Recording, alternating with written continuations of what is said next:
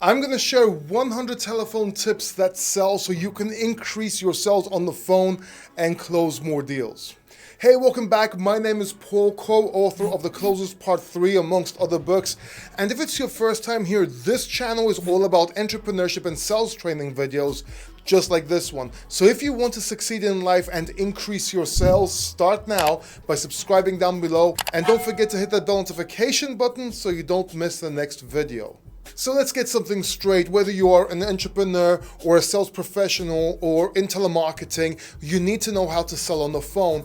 And I see all these videos on YouTube that are okay, but they are kind of a one-size-fits-all situation type of video. This doesn't really work because it really depends on what you are selling on the phone. I mean, if you are selling a product or an investment, are you cold calling, warm calling? Is it a buy now or never product? Can they think about it, or are you setting up an appointment? Every situation is different, and I understand this. Look, I have worked and trained people international in timeshare, telemarketing, consulting, you name it. And you can't just Dan Lockett or Grant Cardone it all the time, right? So in this video, I'm going to give you 100 telephone tips that sell on the phone. Some are my own tips, some are from a book that I'm going to share with you later on, but these tips work and it can be applied to any type of sell you are doing. I guarantee you will find value in these tips no matter what industry you are in and no matter what level you are at. By the way, real quick, comment down below what industry you are in and what you're selling. I would love to know so I can make future videos about this. So let's get started, and make sure you stay till the end of the video because I will also share a method with you that I personally created that works in any industry you are in and turns cold calls into hot leads. This method can increase your sales more than 600%. No other video is talking about this, so make sure you stick till the end. You don't want to miss this. Tip number 1, smile. When you smile, your voice changes, but it also changes the way you feel. It will help you get through the day and will also make you shine through the phone. People can see or at least feel your smile through the phone. Number 2, no doesn't always mean no. Have you ever said no when you actually meant maybe? Prospects are the same way. Be persistent and find the real objection.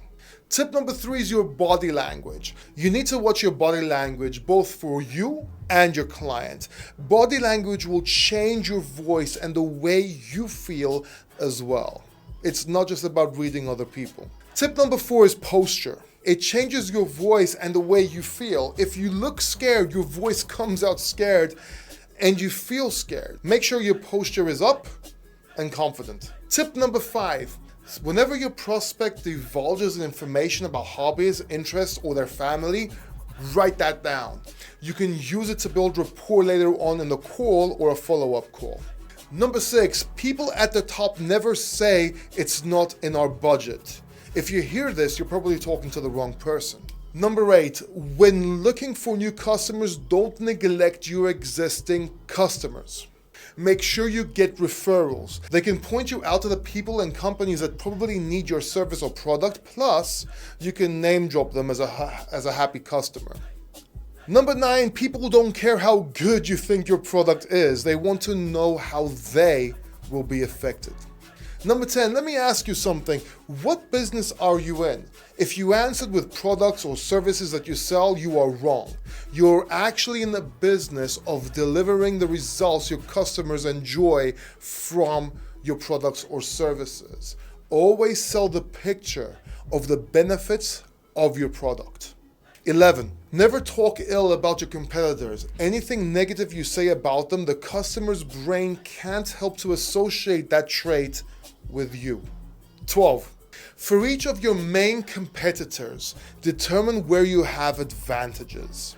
Then develop questions that make your prospects tell you your competitors' weaknesses. For example, ask how long does it take for them to respond after they left a message.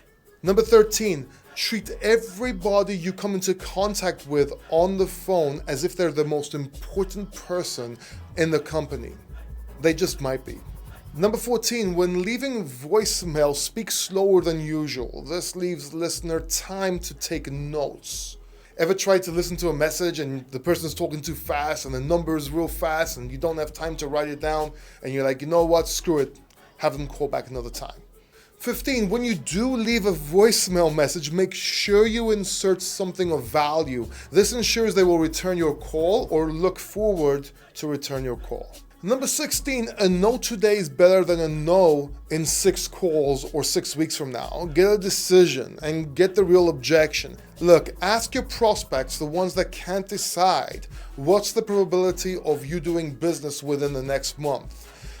Ask them so you don't waste time. If you waste too much time on one client, you're losing other clients. Don't do that. Commit to making at least 1 call each day. You will be amazed how this compounds over time. Number 18, don't let coworkers or people steal your selling time by hanging out with you when you want to sell. It's like they are stealing your money. They want to talk crap, they want to talk gossip. Get rid of them. This has nothing to do with you. Get back to selling. Number 19, your opening statement should always answer your customer's question of what's in it for them. They don't care about you or your company. They care about themselves. Number 20, all opening statements must be scripted, but never read. 21, don't ever ask for a decision in the opening statement of a call, such as calling today to set up an appointment. They're not ready yet. Open with a benefit, then move them into a receptive mindset. Number 22, never say, how are you today? It sounds fake and they may be having a shit day and you just reminded them of it. Instead, tell them, you sure sound great today. If someone answers the phone and sounds rushed, don't let that scare you into rushing your opening statement. Some people naturally speak fast. Others do it with numbers they don't recognize and sells people until they build rapport. Bring them down to your pace, talk slowly, and don't be rushed. 24, in a follow-up call, don't ask them if they received your material. Assume it. You don't want to make your literature the basis of your phone call. Number 25, make sure you deliver your opening statement in a calm, confident, and crisp fashion. Rushing and mumbling doesn't work. Number 26, you can hardly go wrong by using thank you, congratulations, or I was thinking of you as part of your opening call, your opening and reason for calling, basically. Number 27, your opening statement should have 2 objectives. Number 1, to move them to the questioning, and number 2, to put them in a positive, receptive mindset. 28, the quality of answers you receive on a call are in direct relation to the quality of your questions. 29, people believe in more of what they say rather than what you say. Create questions that help them understand and voice their problems and needs. Number 30, you will sell much more by asking questions than making statements. This applies to all sales. If you want to learn more about how to do this, then watch the Socratic method of selling I created, linked in this card right here. Actually, it might be this side, I can't remember. But watch that video after you watch this video. It's amazing. I'll leave a link in the description down below as well. Number 31, use Mr. Echo to get more information. Just repeat the last thing your client says. For example, you're having delivery problems? This can also work very well with objections and will make your potential customer open up and give you more information. Remember Mr. Echo, just repeat the last thing your customer tells you. Number 32, if they say we will give it some consideration, let's stay in touch. Ask them what it is they want to consider and when you should speak again and why that would be a better time for them. Number 33, the word "oh" can be one of your most powerful questions. Number 34, help them picture ownership by saying something along the lines of, let's say you already own this. How would you use it in your life? Number 35, avoid the word really as a question in response to their statement. It's meaningless and it's annoying. 36, ask them what they are receiving now from their present vendor, and then ask them to compare that to what they expected or what they would ideally like to have. I usually ask them what they would rate their current provider from a scale from 1 to 10. Then, no matter what number they give you, just ask them what would make it a 10. This works very well. Number 37, a salesperson once said they can lead them to water, but they can't make them drink. The master closer said you don't want to make them drink. You need to make them realize they are thirsty. Number 38, pause after you ask a question. Don't answer it for them and then just keep talking. This doesn't work. Number 39, if someone misunderstands your statement or question and begins answering something you didn't ask, let them keep talking. As long as they are talking, you might be getting valuable information. Number 40, visualize the person speaking to you at the other end of the line. This helps you listen as well as put enthusiasm in your voice. 41, listen more than you talk on a call. What they say is more important than what you have to say. Believe me. Number 42, silence doesn't mean they are resisting you. In face-to-face settings, people are often silent before they decide to buy something. It's the same thing on the phone. Number 43, instead of presenting all your benefits, present only a few but in several different ways. Then, after you discover their interest, describe the feelings they will have buying from you. Also, repeat the benefits several times. Psychologists say that messages become more firmly embedded when repeated. Donald Trump does this a lot, by the way. Number 44, use their name in the beginning of a sentence to grab their attention. They are conditioned to this since birth. Number 45, if they go silent, stop talking and ask a question along the lines of, how do you feel about that? 46, state your price with confidence and conviction. Many times salespeople's voice sounds weak or as if it's a starting price or that it's negotiable. Never be embarrassed or second guess your price. State it, believe it. Number 47, guarantees are important and they are needed to get some sales, but never sell the guarantees over value. Number 48, listen, mention your competitor's price in terms of dollars, but mention yours with numbers. Their price is $215, ours is only $198. Number 49, don't think price sells. If price was the only thing that sold, we would all be wearing the same clothes, have the same watch. You don't always buy something just because it's cheaper. It just doesn't happen. Number 50, point out any disadvantage your product may have. You will be viewed more credible with nothing to hide. Number 51, paraphrase their needs by saying, based on what you told me, what you're looking for is something that can, etc., etc. You get the drift. Number 52, help them associate the savings they will make with something they can easily understand for comparison. For example, the savings you will save with this system each month could pay your car loan. Number 53, use the word investment instead of cost, invest instead of spend, and agreement instead of contract. Number 54, repeat their jargon language or pet words. If they said, get the ball rolling, then strategically use that phrase in your presentation to connect more powerfully with them. This is a likability factor. That's how you do it. Number 55, when presenting your price, always add a value statement to it. Of course, you will get free delivery and 1 month's worth of supplies and installation for only $7.95, for example. Number 56, use emotional words that sell. Some are guarantee, easy, worry-free, saved, helps you, and more. Also use you and your as much as possible. 57, use third-party references to build credibility, like our customers say or our current users tell us, and so on. Number 58, use stories in your presentation. It helps them visualize the benefits you deliver. If you can, put them into the story. You will be amazed. Number 59, never start with the word no when answering questions. It taints everything you say afterwards. Number 60, use the words you and your. This applies to everything from selling on the phone to sales copy. I know I mentioned this earlier, but it's very important. 61, when selling, saying, do you understand or are you following me is insulting. Instead, use, does this make sense? Or did I explain that clearly enough? It's much better.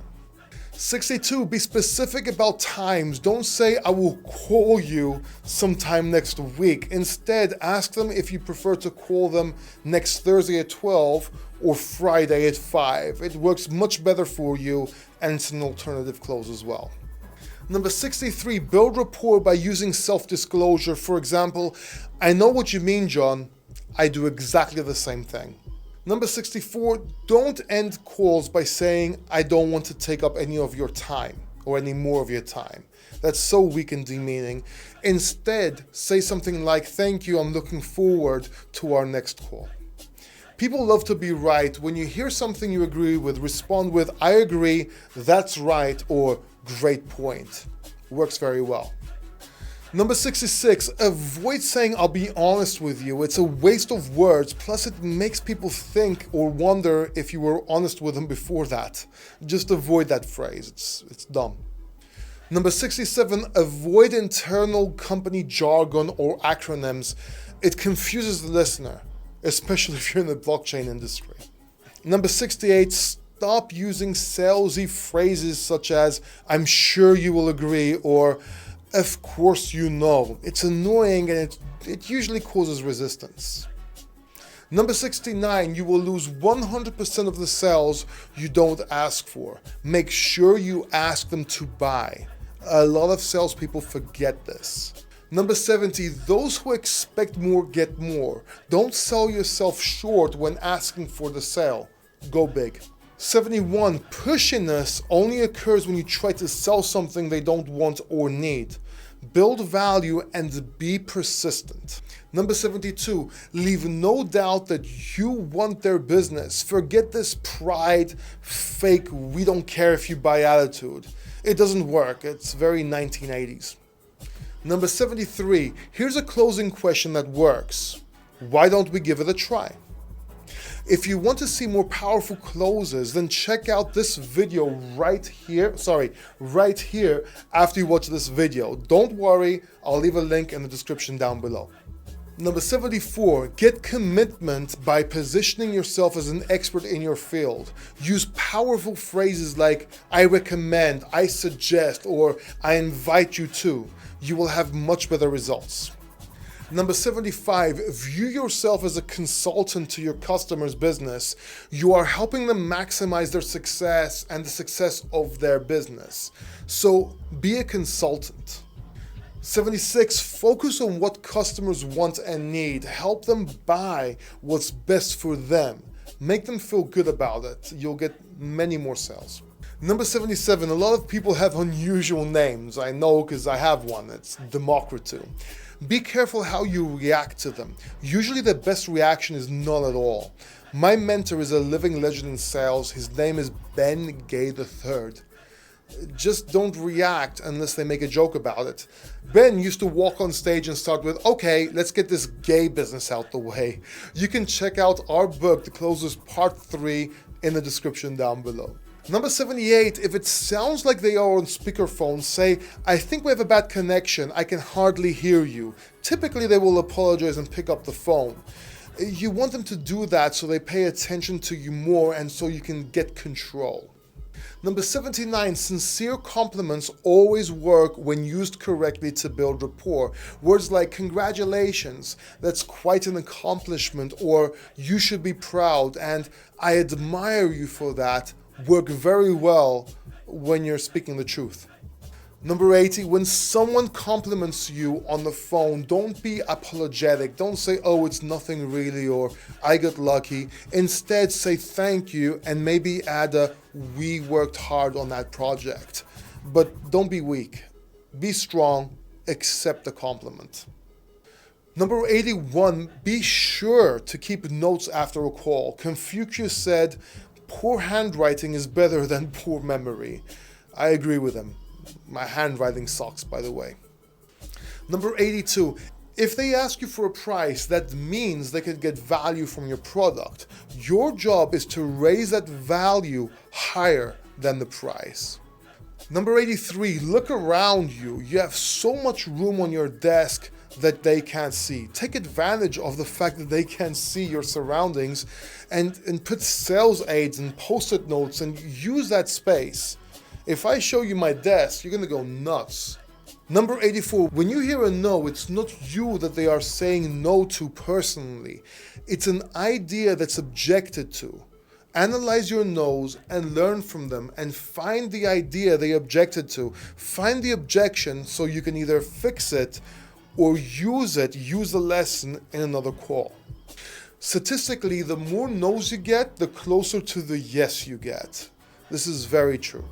Number 86, prepare for each call by asking yourself, how can I help this person today? Number 87, practice doesn't make perfect. Perfect practice makes perfect. If you do the same things over and over again that don't work, you become skilled at achieving nothing. Number 88, think back to several sales accomplishments you are most proudest of. How did they make you feel? Strive for that feeling again.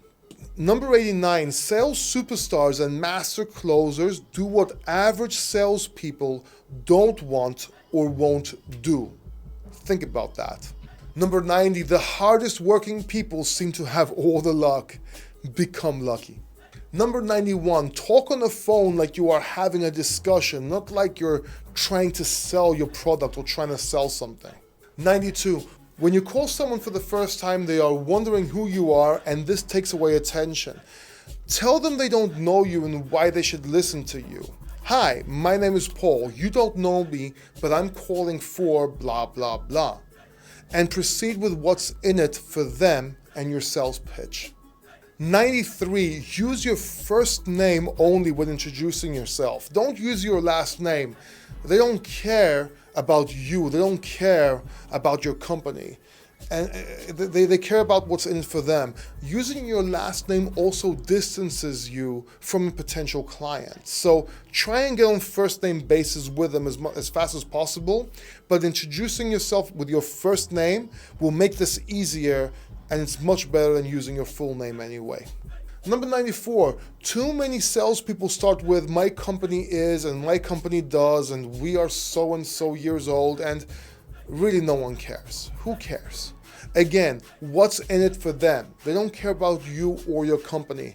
I'm repeating this because it's very important. Just accept it. Number 95, when someone tells you they are not interested in what you are selling before you even speak, say this: I understand, listen, give me 30 seconds to show you why my product can help you and why it's of value to you. And if you're still not interested, then close the phone on me.